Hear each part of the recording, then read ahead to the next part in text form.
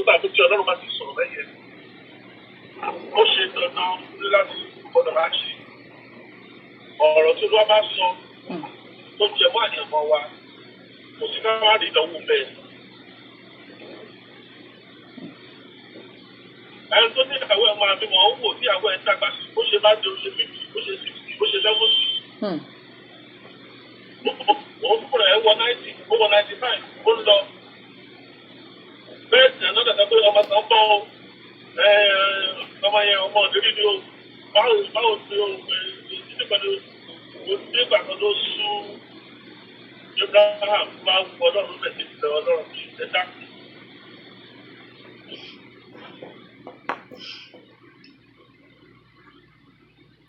Ìgbà kan wà tí ọ̀rọ̀ yẹn fẹ́ sùn ìyàwó mi fún ọmọ ọ̀dẹ̀ wá ṣáà lọ́mọ.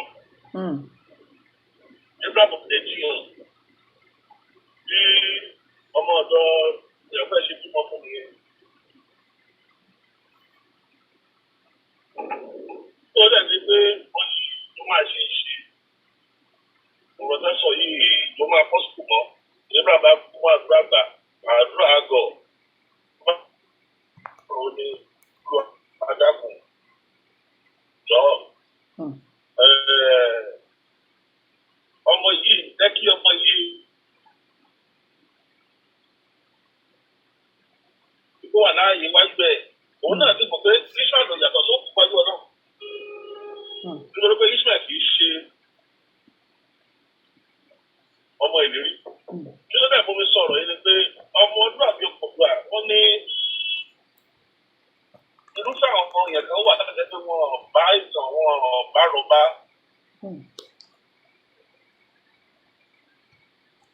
Ẹni tó bá wà tí ò bá tàn tí ò bá rọ̀bá. Ọba ẹgbẹ́ kúkẹ́ yín lọ́wọ́ lédi ara náà ni.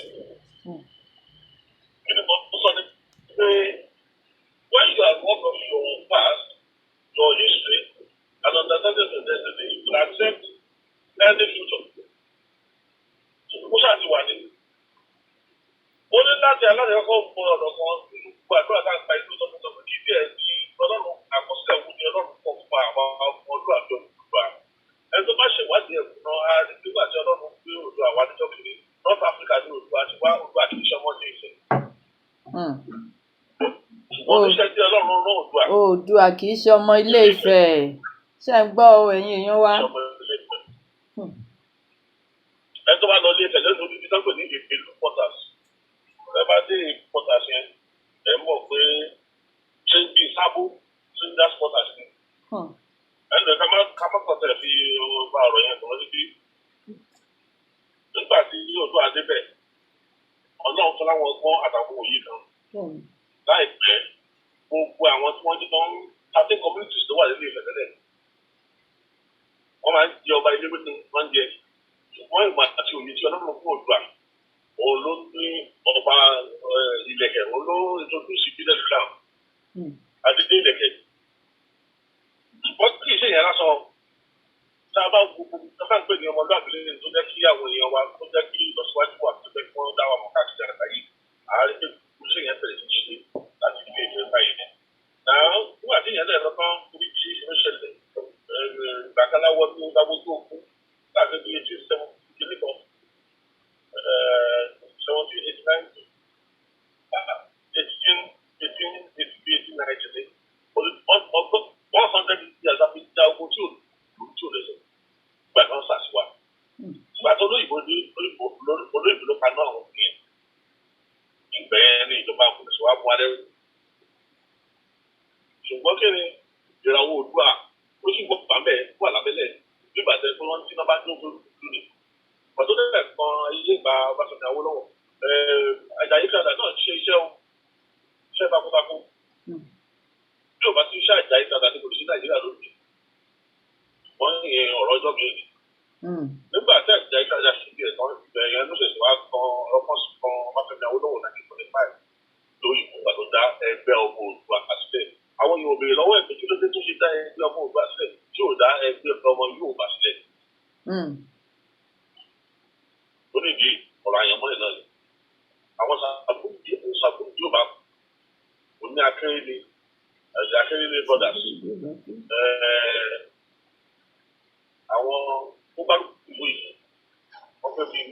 àwọn tó ń kọ́ bẹ̀rẹ̀ wọ́n tó ń dín láti kọ́ díẹ̀ tó tún padà sí ìlú Èkó wọ́n tún ṣe àwọn Rótìmí àwọn Akíntọ́lá Williams náà Bọ̀dé Thomas àwọn ẹ̀ náà bá tún darapọ̀ mọ́jọ ẹnu ìka má sọ̀rọ̀ ibi tí action group ti jáde ní orí ẹgbẹ́ ọmọ Oòduà ní action group ti jáde ìṣe wa àṣà wa àti wàá wa wọn náà fẹ́ kọ́ action yẹn. Tábà bá wo tó ṣẹlẹ̀ ní Western Region ní ayé ìbàdàn ẹ̀ ti pé Western Region ní Dubai jẹ́lẹ̀ ní Western Region jẹ́ nígbà yẹn. Ṣùgbọ́n kí ni nǹkan tó àṣírí olúwa lọ́wọ́ wa gbọ́dọ̀? Àtọ̀hún ní wà ló gba ẹ̀bùn ní Ọlọ́run gbére lọ́wọ́ gbogbo lé wa lọ́wọ́ ẹ̀bùn tó náà gbére wa lọ́wọ́ ẹ̀bùn yẹn kì í ṣe fáwọn àdìkan fún Áfíríkà pátápátá kó ní ẹ̀bùn yẹn wà. Ẹni tí ò bá mọ ilé yìí á ta àyànmọ́ ẹ̀bùn tẹ̀ nígbà tó lọ. Ìdí ẹ̀ nìyẹn tí ìdíje ń jì lóríṣiríṣi. Ìdí ẹ̀ nìyẹn tó kó oríṣiríṣi wá ń ṣẹlẹ̀. Tá a bá lọ sí ìwé Galatia mo fẹ́ kẹ́ni ká máa fi sáré wo bẹ̀rẹ̀ tọ́sí a máa gbàdúrà lẹ́sẹ̀ ìyáàfin Abímbọ́lá ìwọ ló máa bá bíbí ìdàgbà ẹ̀mọ́ síbẹ̀ débi tó láti lọ ṣe bíbí kan sí. Galatia chapter 3. Àárí ọ̀rọ̀ ọmọ afáfẹ́ ní ọ̀rọ̀ Galatia chapter 3. Nígbà ẹ̀jẹ̀ kì í tó ẹ̀ ká má bàa ẹ̀jẹ̀ kó síwájú sí àtúnṣe lọ. Galatians chapter 3. Galatians chapter 4. Chapter 4. Verse 22. 22. Yes. Galatians 4:22. 4:20. Ó ní nítorí a ti kọ pé Ábúráhámù ní ọmọkùnrin méjì, ọ̀kan láti ọ̀dọ̀ ẹrúbìnrin àti ọ̀kan láti ọ̀dọ̀ òmìnira obìnrin.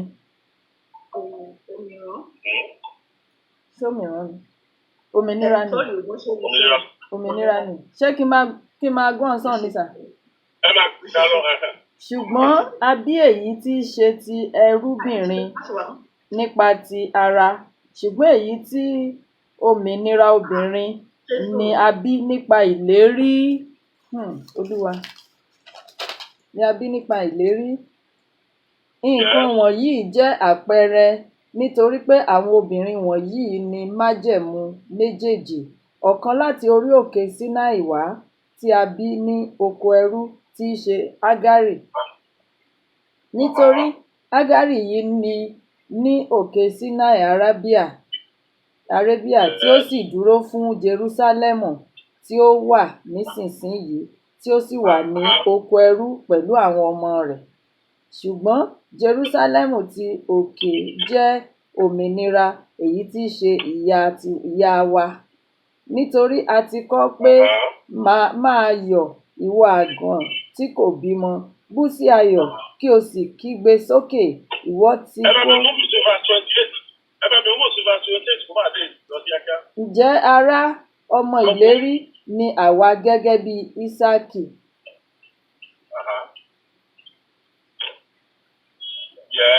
Ṣùgbọ́n bí èyí tí a bí nípa ti ara ti ṣe inúnibíni nígbà náà sí èyí tí a bí nípa ti ẹ̀mí, bẹ́ẹ̀ sì ni nísinsìnyí. Ṣùgbọ́n ìwé mímọ́ àti wí, lé ẹrúbìnrin náà jáde àti ọmọ rẹ̀, nítorí ọmọ ẹrúbìnrin kì yóò bá ọmọ òmìnira obìnrin jogún pọ̀. Nítorí náà. Yes, sir.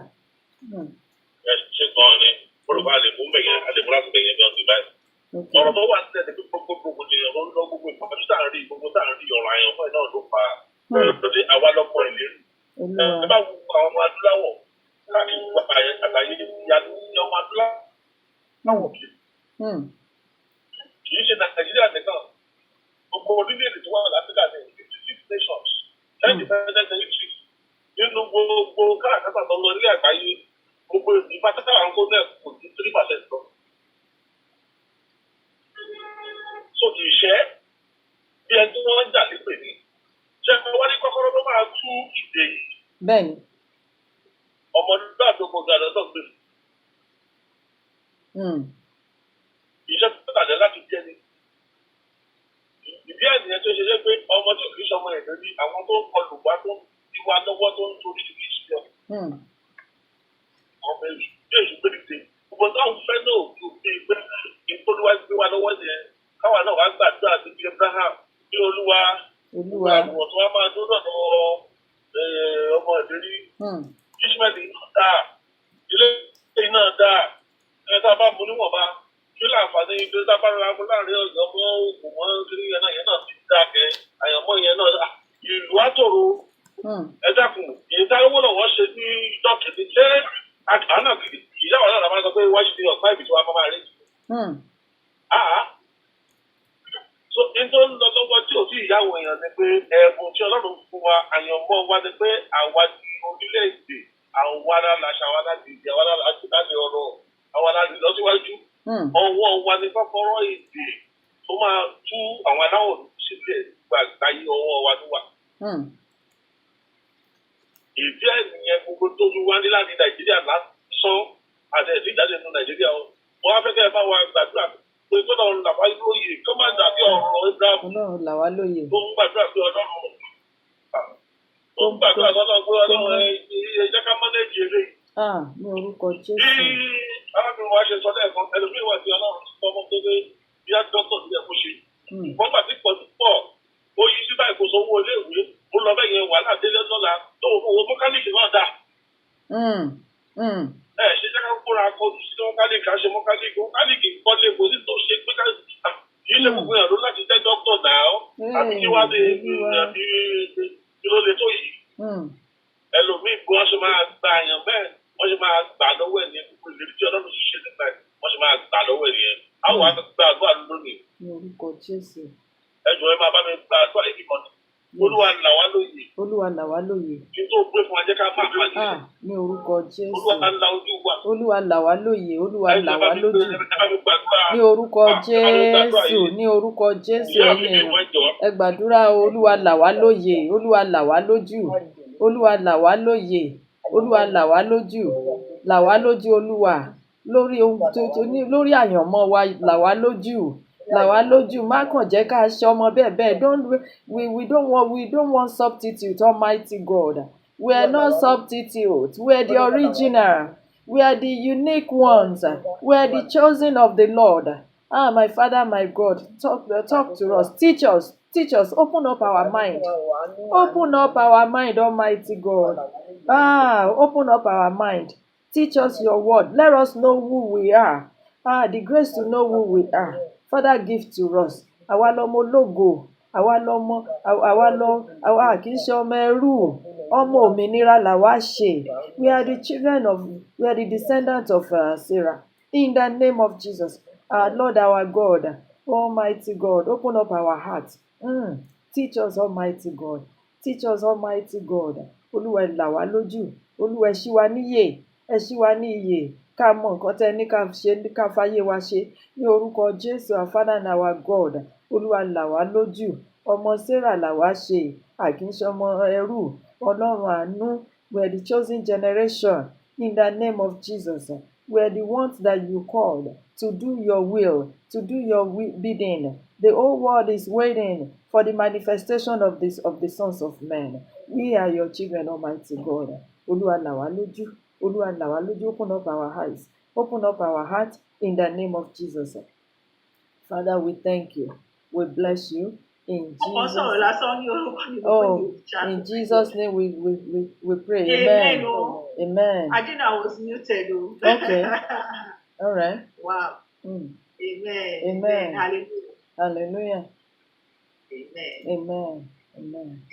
Adúpẹ́ lọ́wọ́ Pastor Thompson wọ́n láti lọ fún ìpàdé kan. Another meeting. Wọ́n fẹ́ lọ ní àbátí ní kan ṣe tí wọ́n ṣùgbọ́n wọ́n ti ṣe sọ fún wa ní ibi gbogbo ibi tá a kà yìí pé àwọn ò kì í ṣọmọ ẹrú. Bẹ́ẹ̀ni.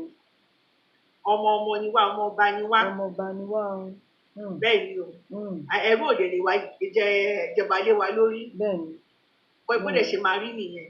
Gbogbo nǹkan tó jẹ́ tiwa èyí tí Olúwa ti fi sí wa lọ́kàn. Ṣẹ́rí àwa Yorùbá gan a ní lọ́wọ́, àwa adúláwọ̀ a ní lọ́wọ́ díẹ̀. A ní lọ́wọ́. Lórí ayé pé gbogbo nǹkan tí Olúwa tẹ̀ ti fún wa èyí tó tiẹ̀ wá nínú ilẹ̀ nǹkan ó ju ètò wà nínú ilẹ̀ ní àwọn aláwọ̀ funfun bó ṣe po ni ó wà níbẹ̀ bó ṣe èédú ni ó wà níbẹ̀ gbogbo nǹkan bítímẹ̀ǹt kò sí nǹkan náà kò sí ọ̀rọ̀ náà tí ò sí bẹ́ẹ̀ tẹ́pẹ́ àti ẹ̀ tí ìfọwọ́ kàn rárá wọ́n kọ̀ rẹpẹtẹ kí Olúwa kó jẹ́ kí ó yé wa orúkọ Jésù Olúwa wa àmín ní ká máa bá ìbọn tí wọ́n sọ lọ ṣe mọ̀ wípé lórí ètò àyọ̀mọ́ yìí àwọn tí wọ́n kó bá wa jù lọ ni àwọn olórí tí ò dá bad leadership. bẹ́ẹ̀ni.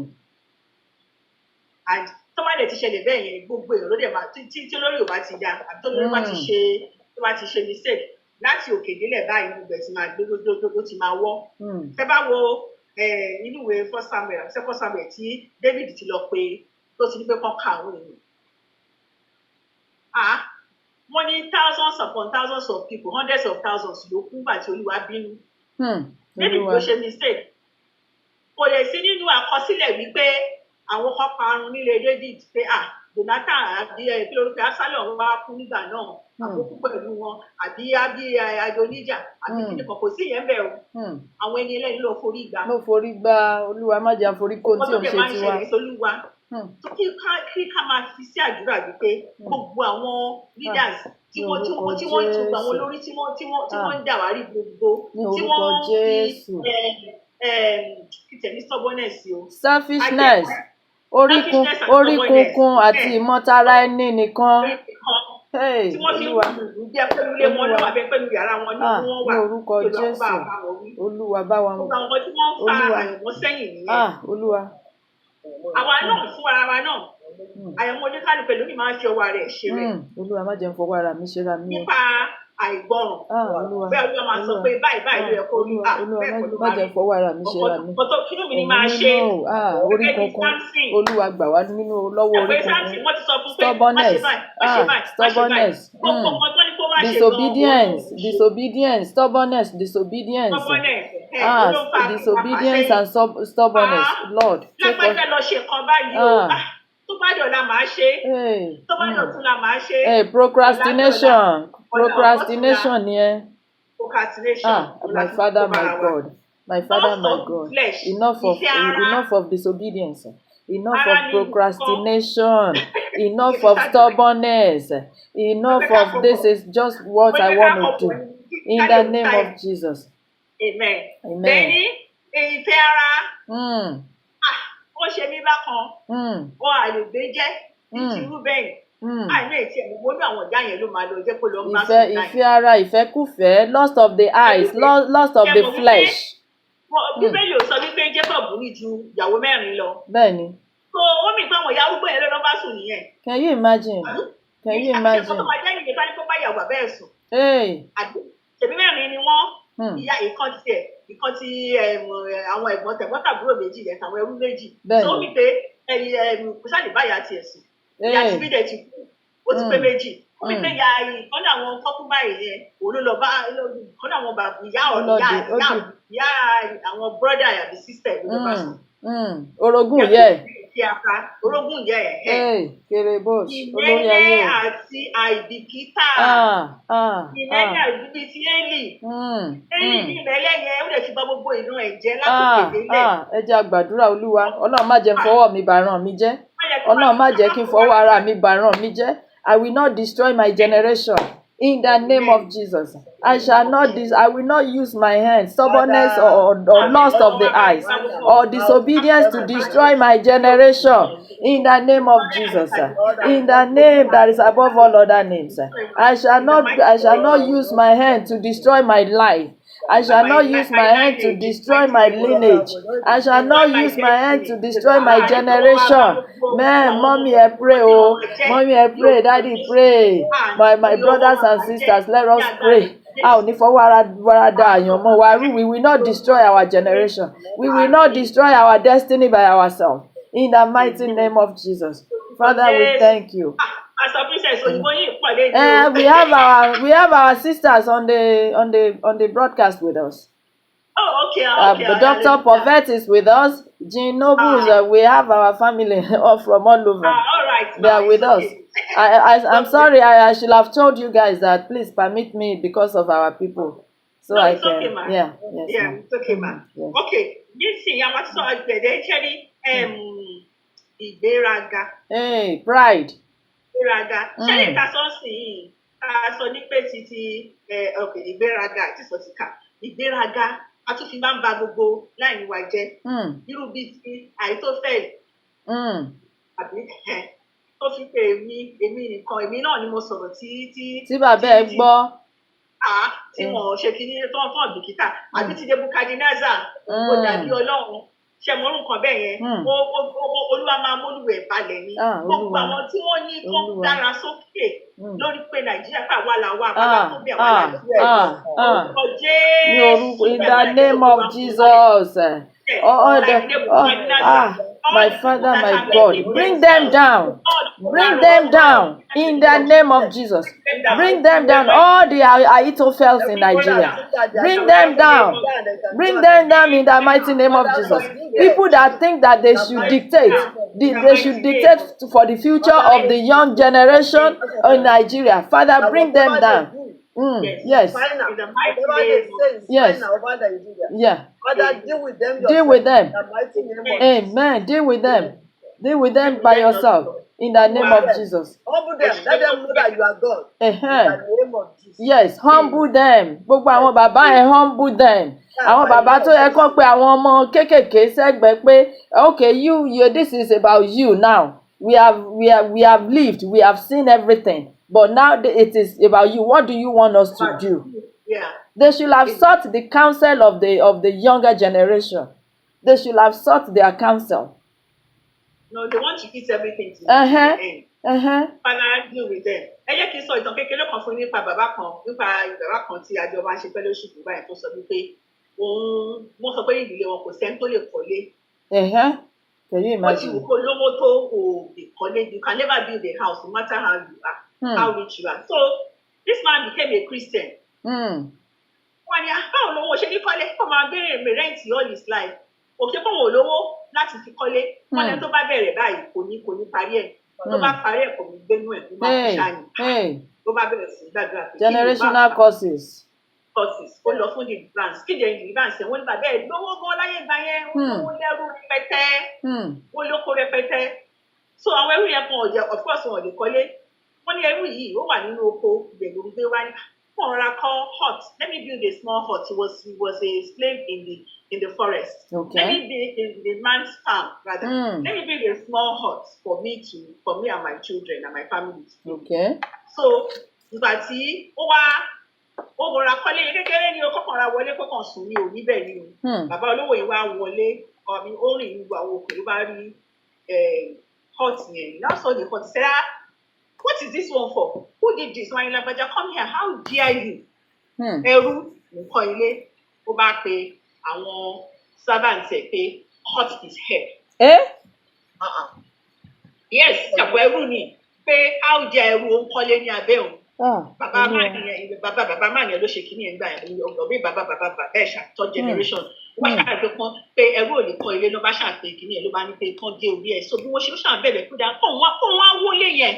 Kì í ṣe bẹ́ẹ̀ yẹn pé kí ni ọ̀rọ̀ wíwọlé kàn o ò tí ò ní àìtàtẹ̀ ti kọ́lé nígbà tó ń bá dé ṣiṣẹ́ kóun tiẹ̀ rí bí bọ́ sí ní òru kíní kan tó bó ṣe gé orí ẹ̀ bó ṣe gbé ìdá yẹn kó gbé orí ẹ̀ báwọn pé yẹn ló wà lẹ́nu rẹ̀ pé ṣé nítorí pé òun kọ́lé and he caused them. Ọdún ẹ̀ òun kọ́lé mọ́. So the story goes that this man who was a very rich man who had this pastor's great grandfather was very rich in those days and he had a big farm. And he had slaves. They're not servants. Slaves are not paid. They just do the work. But they're not allowed to build anything. But this man now decided where he was placed, let me just build a small hut just for me to go in and sleep.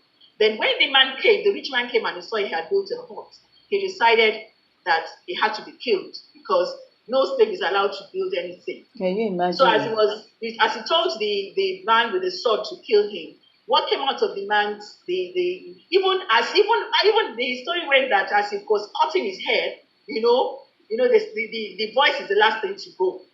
The thing that was in his mouth was that the rich man's generation will never build a house. and they built that. So that was how the story that came out during deliverance. And that was how he was able to pray. And as at that time he had not died, he had built a house or two houses, and he had lived in one and he had not died. Wow. So what am I saying? Pride is one of the things that shortens people's destiny, or that destroys the destiny of generations. Oh my God. But that will not be our portion. So we're going to pray for ourselves as well. Yes. Because we do not know one of the things we are going through that our forefathers had done. Just like Pastor Florence, but tí wọ́n sọ̀rọ̀ pé the children, the fathers did something. The father exiled grapes, and the children are wọ́n ti jẹ ọgbà àgbàrà. Àwọn ọmọ náà fara kó. Gbogbo ogun tí ìrandíran wa dá sílẹ̀ tá fẹ́ forí kó, a ò ní forí kó ní orúkọ Jésù. Generational curses shall not be our portion. In the name of Jesus. Do not be our portion in the mighty name of Jesus. Amen. The other one is deceit. Ananias and Sapphira, they were not forced to give the money. They were deceitful. They were not forced saying you must bring your money by force. But àwọn náà wọ́n láti ṣe ni. But wọ́n tún wá tún débẹ̀ wọ́n tún lọ ń parọ́. Nígbà tí Olúwa agbogbo wa tá a ṣe pé iṣẹ́ rí Yorùbá máyẹ̀ká kanra wa, a máa ẹ̀tàn ti pọ̀ jù. Ẹlẹ́tàn ni wà. Láàárín wa. Wọ́n pẹ̀lú nǹkan tó ń dá ọwọ́ aago àyànmọ́ ilẹ̀ Yorùbá sẹ́yìn. Bẹ́ẹ̀ni. Ẹ̀tàn ti pọ̀ jù kí Olúwa kó ràn wá lọ́wọ́. May the Lord help us. Amen. From the spirit of deceit. In fact, they even said that word Yoruba means the deceitful people. That is what Mommy, that is a Hausa word. Can we take a prayer point from there right away? Yes, you are taking it. So yes, ma, take it, ma. Take the prayer point. Father, destroy, take away every spirit of deceit. Take it away from our life. In the mighty name of Jesus, let us pray, my people. Every spirit of deceit, every spirit of deceit, even concerning our children, concerning they should come and lead. Yes, they are very exactly every spirit of deceit. Father, take it away from our life. Take it away. Let us pray for the young generation that we are looking onto to take the mantle of leadership. That God, the spirit of deceitful, Father, take it away from them. Make them honest people. Make our children honest. Let them be men and women of integrity. In the name of Jesus. Let us pray for ourselves to make us men and women of integrity. Because we can be deceitful too. Let us be honest. We can be deceitful. Our Father and our God, take spirit of deceit from our life. Make us honest and men and women of integrity for your purpose. In the name of Jesus. Thank you, Almighty God. In Jesus' name we pray. Amen. Wickedness. Hey.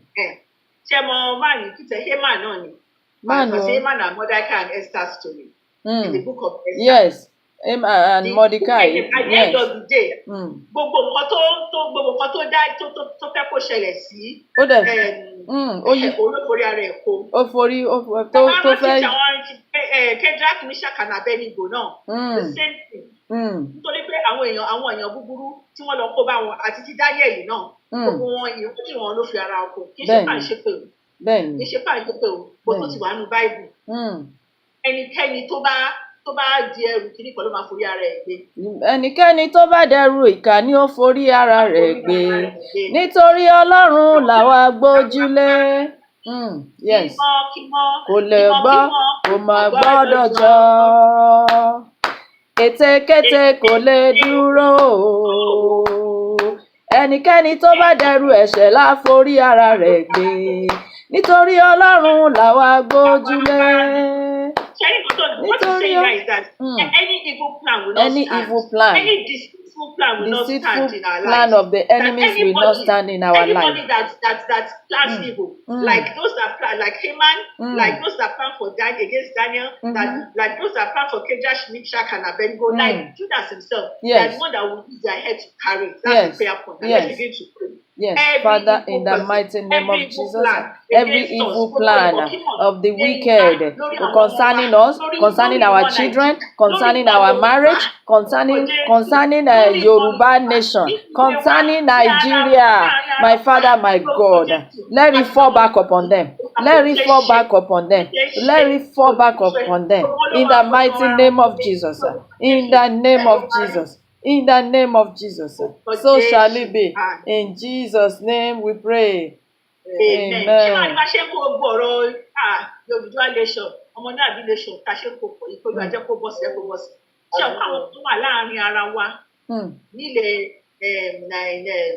Nílẹ̀ Yorùbá tó ń lọ ń gbẹ̀yìn gbẹ̀bọ̀ jẹ́ lórí àwọn Haúsá wọ́n wà bẹ̀rẹ̀ àwọn náà pè ní traitors.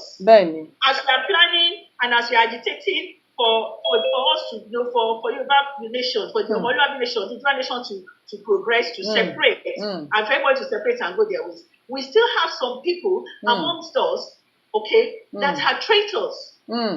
And traitors have always been. Not Ayédáyé, there has always been traitors. Yes, so they are the likes of the major traitor that was Judas, that ate with Jesus for 3 years. And still did what he did. Prayer point to Ejoma. Psalm 59 verse 5. Psalm 59 verse 5. We have our people nínú online náà. Àwọn náà tó bá ní prayer point ma. Bẹ́ẹ̀ni, ẹ tó bá ti ṣe tán máa fọwọ́ sí bẹ́ẹ̀ni ma. Psalm 59 Okay. In English, it says, Lord of hosts, you are the Lord God of Nigeria.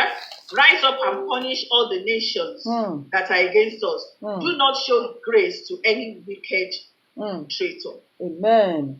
Verse 5, Yoruba version says, Nítorí náà, ìwọ Olúwa, Ọlọ́run àwọn ọmọ ogun, Ọlọ́run Ísírẹ́lì, Ọlọ́run èmi àti ẹ̀yin, Ọlọ́run Nàìjíríà, jí láti bẹ gbogbo àwọn kèfèrí wò. Má ṣe ṣàánú fún olùrékọjá búburú wọn nì. Má ṣe ṣàánú fún olùrékọjá búburú wọn nì. Àmín. Àmín. There says version says traitors. So we are going to pray that the Lord should stand against all traitors. My Father, my God. Stand against all traitors in Nigeria. Stand against all the traitors of our life. Stand against wickedness of the wicked of the traitors. In the name of Jesus. Our Father and our God, we pray, Almighty God. We ask that you stand against every traitor in Nigeria, even in all over the world, even at our place of work, in our ministries, in the body of Christ, Almighty God. Traitors try to derail destiny. Yes, They delay your progress. So even personally, every traitor that is at a place of work, even in your family, in our yes, our Father and our God, every traitor in our life, every traitor in our family, every traitor in our career, even every traitor in our ministry.